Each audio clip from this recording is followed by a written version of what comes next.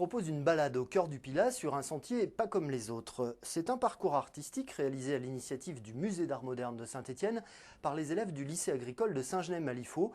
Ça s'appelle du Land Art.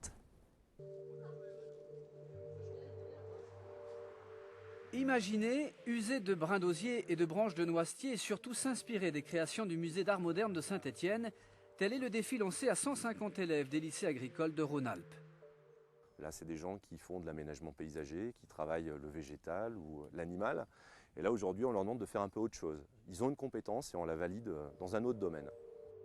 3 artistes apportent leur concours à ce projet régional. Pas question pour eux de créer quelque chose, ils sont là uniquement pour donner les grandes lignes. Et ici, le principe retenu est celui de la ligature. Ici, vous avez une accumulation autour d'un arbre qui n'a pas aucun lien d'abîme. Il n'y a pas de pointe, il n'y a pas de vis, il n'y a rien. Tout est libre. Là, on a une accumulation où l'arbre accueille ses tressages. Et donc, on est bien dans un rapport de land art.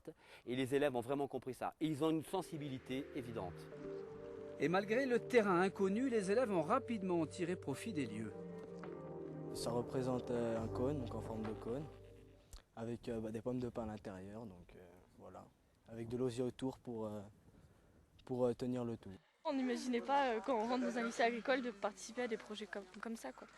On est toujours dans les cours, là on sort, on est entre la classe avec les professeurs et après c'est solidaire, quoi.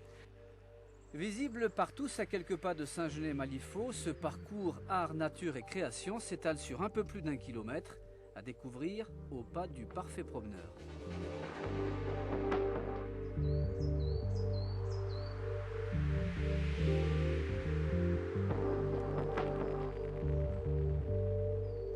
Dans un